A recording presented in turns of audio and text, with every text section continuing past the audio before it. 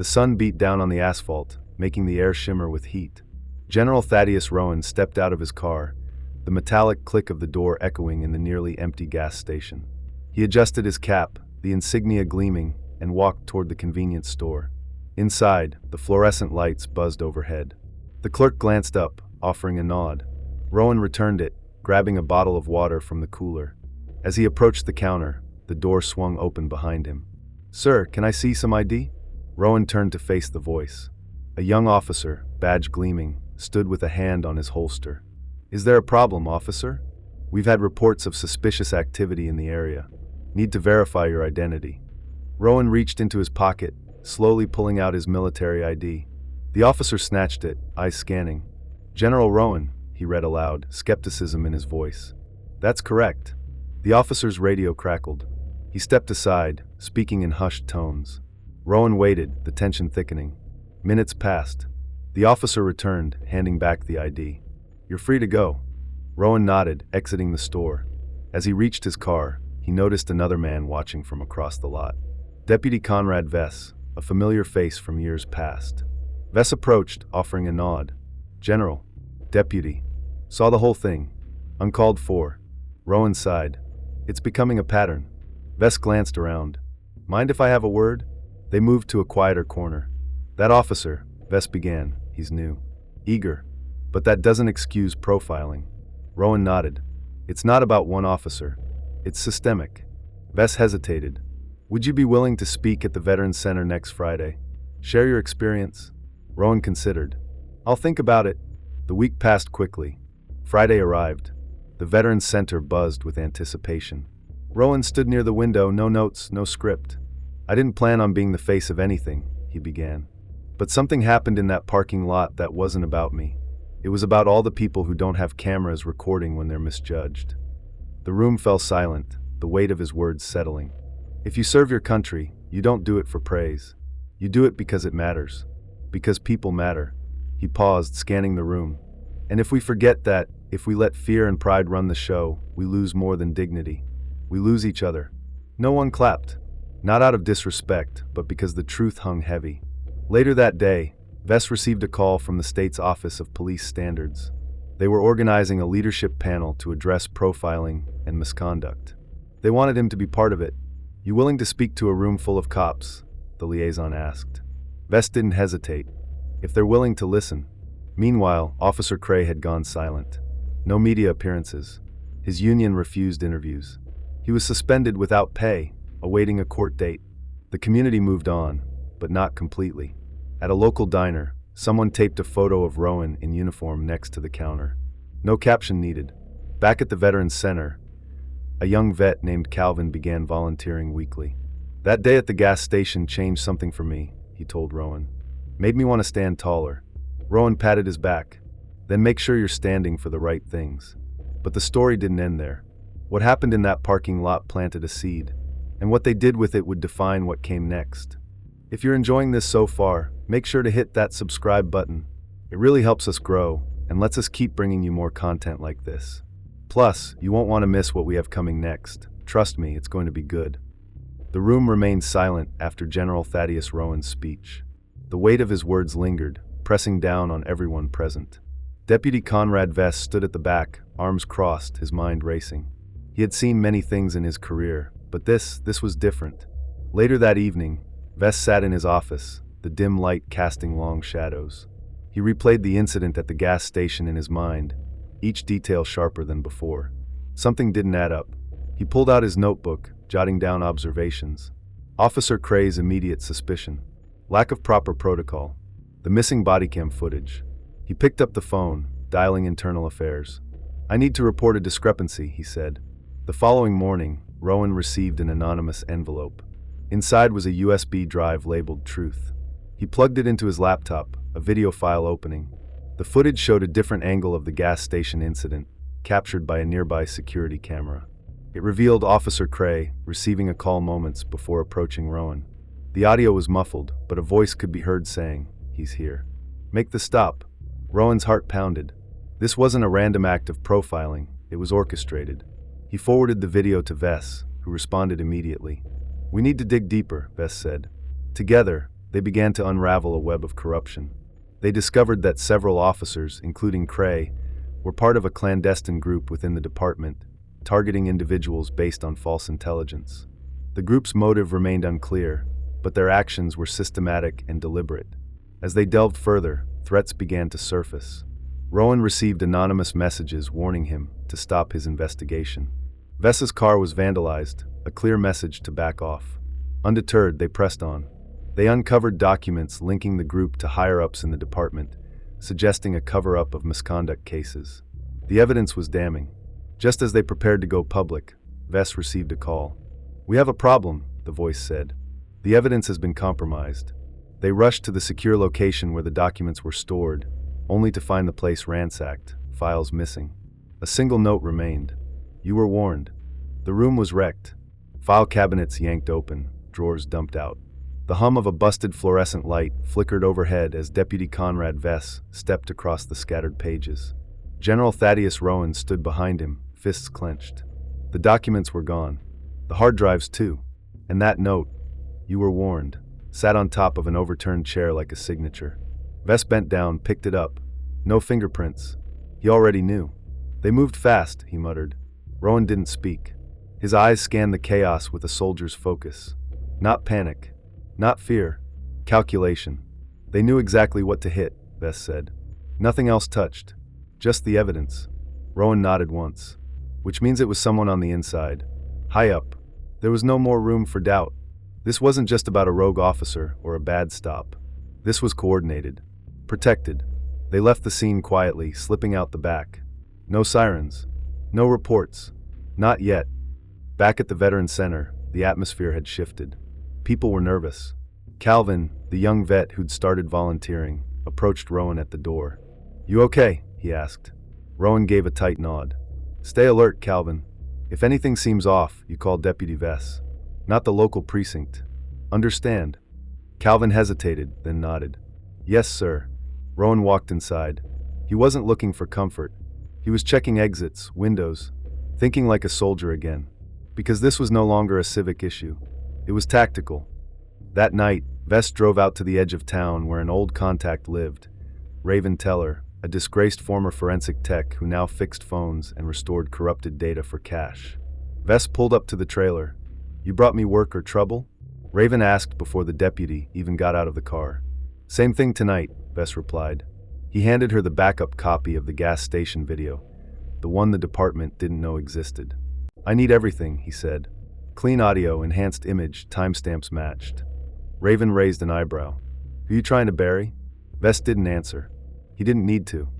At the same time, Roane met with a journalist, the one who had come to him weeks earlier, quiet, respectful. "You said you just wanted to ask one thing," Roane said. "Well, I've got something to ask you now." Her name was Talia Quaid, and she had military clearance once back when she embedded with units overseas. Roane knew her background. Trusted it. He showed her the drive. Told her about the missing files. "I'm not asking you to run the story yet," he said. "But I need someone who'll keep it safe. Off-grid." She took it without hesitation. "You think they'll come for me?" she asked. "I think they already have your name," Roane replied.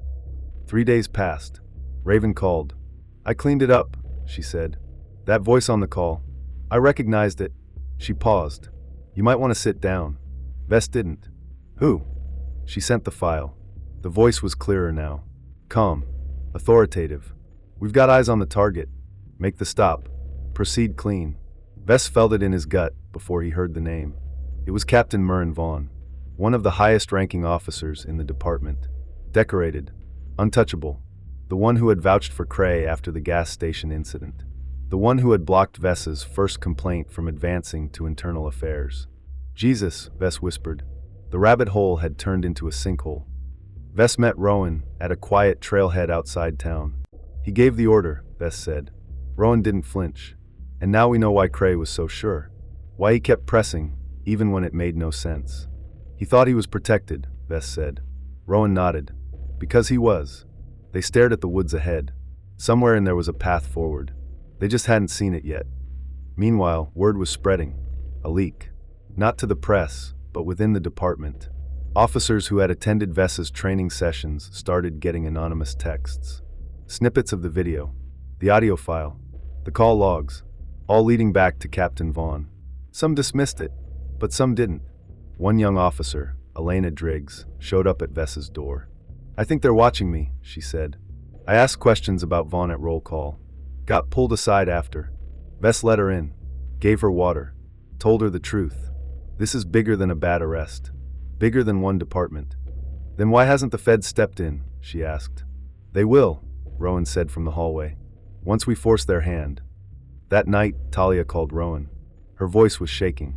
"I got followed," she said. 2 cars, no plates. I lost them. But I'm not going home tonight." Rowan stayed quiet for a moment, then said, "Meet me at the church off Hollow Bend. Back parking lot. Bring the drive." By morning it was raining. Dark clouds, slow thunder. Rowan stood under the overhang at the church, watching the parking lot. It was empty. 5 minutes. 10. No sign of Talia. Then her car rolled in, slow, deliberate. Rowan stepped toward it. The window rolled down. But it wasn't Talia. It was Officer Cray. And he was smiling. "You're late," he said. Rowan stepped back, but it was too late. A second car pulled in, blocking the exit. Doors opened. 4 men stepped out. Not in uniform. Gloves. Earpieces. Rowan's mind snapped to military protocol. This wasn't law enforcement. It was an extraction team. He raised his hands. "Let's not do this." Cray stepped out of the car. "No speeches today, General. Just a ride." Rowan kept his eyes on him. "She gave you the drive?" Cray didn't answer, but the flicker in his eyes said everything. Across town, Vess was pulling up traffic cam footage from Hollow Bend. He saw Rowan waiting, then saw the cars, saw them block him in. He grabbed his keys, and his badge, and his gun. Back at the church, Rowan sat in the back seat of a black SUV, hands zip-tied. They weren't speaking, just driving, through back roads, into the hills, away from cell towers. He watched the trees blur by, focused on breathing, timing. The driver muttered something. Cray laughed. Then the car slowed. Stopped. A clearing. No houses. No cameras. Just woods. And a shallow pit already dug. Rowan stared at it. "Is this the part where you say something clever?" Cray asked. "No," Rowan said. "This is the part where you make your last mistake." Cray looked at him, confused. That's when the shot rang out. Glass shattered. The driver slumped forward. Then another shot. The man next to Cray jerked sideways. Rowan ducked. More gunfire. Chaos. When it stopped, Vess was standing outside the car. Rain dripping off his hat. Gun still raised. "Thought you might need a ride," he said. They left the bodies. Called it in anonymously. By the time authorities arrived, the storm had washed away most of the evidence. But not the bullet casings. Not the zip ties. Not the tactical gloves. Vess made sure those stayed. A week later, Talia resurfaced. She'd gone dark after the ambush. She handed Rowan a second copy of the drive. "I made one before I left. Just in case." Rowan smiled, tired. "Smart." She didn't smile back. "They're not done, General." "No," he agreed. "But neither are we." Captain Vaughn was placed on administrative leave within 48 hours of the story breaking. Internal Affairs opened a joint investigation. The FBI followed 2 days later. Rowan declined interviews again. So did Vess. But something had changed. At the Veteran Center, Calvin stood taller. At the precinct, Officer Driggs started mentoring the rookies. And across the state, training sessions were filled to capacity. People were paying attention now. They weren't forgetting.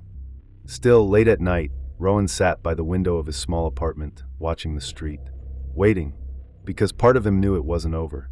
The system never breaks all at once. It resists. It reforms. Then it tests you again. And again. One morning, a letter arrived at Rowan's door. No return address. Just his name.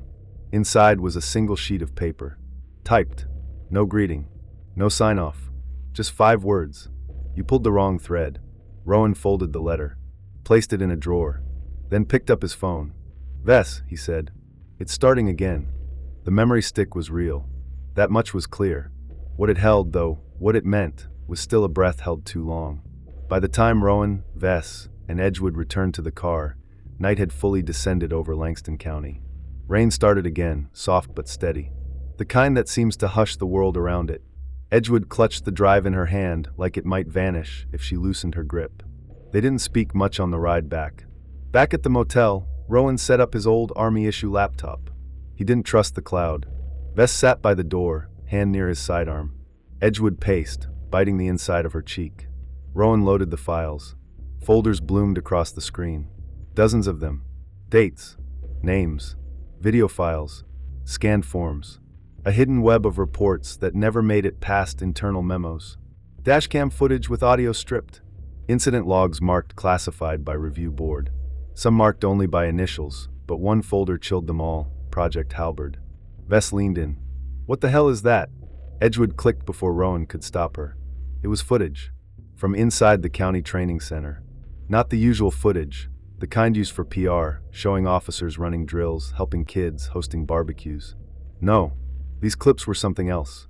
Sessions where new recruits were taught to preemptively identify threats, using a biased database of facial composites. Software that flagged people based on posture, voice tone, even skin shade. There were memos from Lieutenant Commander York. From the sheriff himself. One video showed York in front of a projection screen. The system works best when we stop thinking like civilians, York said, pacing. This isn't about fairness. It's about probability. We run the math so you don't have to. You just follow the red dot. A long silence followed. Rowan turned to Edgewood. They weaponized suspicion. Taught it. Packaged it. Edgewood's voice was tight. And passed it off as training. Then they saw the last video. One dated 2 days before Rowan was detained. York again. This time with Officer Grayson Cray. I don't care if the man's a bishop or a damn general, Cray said. If he matches the profile, he gets stopped. York laughed. Just make sure someone's watching your six. Unless he bites back, it's clean. Rowan clenched his fists. He knew who I was. They all did, Vess muttered. Edgewood backed away from the screen. This isn't misconduct. This is infrastructure. Vess grabbed his coat. We need to get this to someone. Now. But they were already too late. A knock hit the motel door. One knock. Then silence. Vess raised a finger. Everyone froze. Then the power cut out. The screen died. The lights vanished. Total blackness. Vess moved fast, flashlight up. Edgewood gripped the drive. Rowan moved to the back door, signaling quietly. Backup plan. A second knock. This one harder. Followed by footsteps walking away, slow, deliberate. Edgewood whispered. That was a warning. No, Rowan said, eyes cold. That was bait. They escaped through the back, slipping into the alley behind the diner. The storm covered their tracks. They didn't speak until they were back on the main road, rain soaking their jackets, breath puffing in the air. They reached Edgewood's car and drove south, out of Langston County, across the state line. Rowan called in an old favor from a Pentagon contact. A retired analyst in Savannah. Someone who owed him their clearance. They met the next day in a church basement. The analyst, retired Colonel Evie Roston, was stunned by what she saw. Who else has this? She asked. No one, Rowan answered. Yet. Roston copied the data and handed back the drive.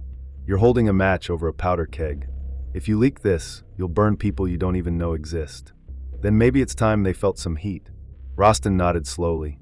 Just know, when this hits, they'll come for all of you. The leak went live 3 days later. Edgewood published it through a syndicate she trusted. No clickbait, no dramatic headline, just the truth. Halberd, the algorithm that profiles in uniform. It exploded. National media picked it up within hours. Congressional members called for hearings. The sheriff's department scrambled. York resigned the next morning. Grayson Cray disappeared. Internal Affairs launched a statewide investigation. And General Thaddeus Roane? He didn't give interviews. He didn't do podiums. But he did show up. To a panel on leadership.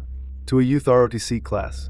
To the funeral of a former soldier who died before justice could reach him. He said little. Just enough. Deputy Conrad Vess stayed on the force. Not for glory, but to be the man he once needed in uniform.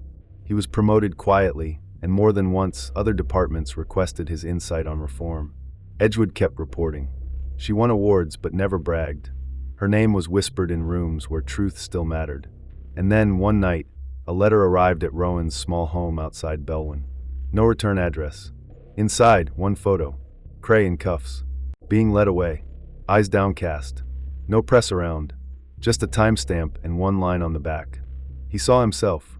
Rowan didn't smile. He didn't need to. He placed the photo in his drawer. Next to a commendation. next to the flag from a friend long gone. The weight never leaves. But sometimes it gets lighter when you pass it forward,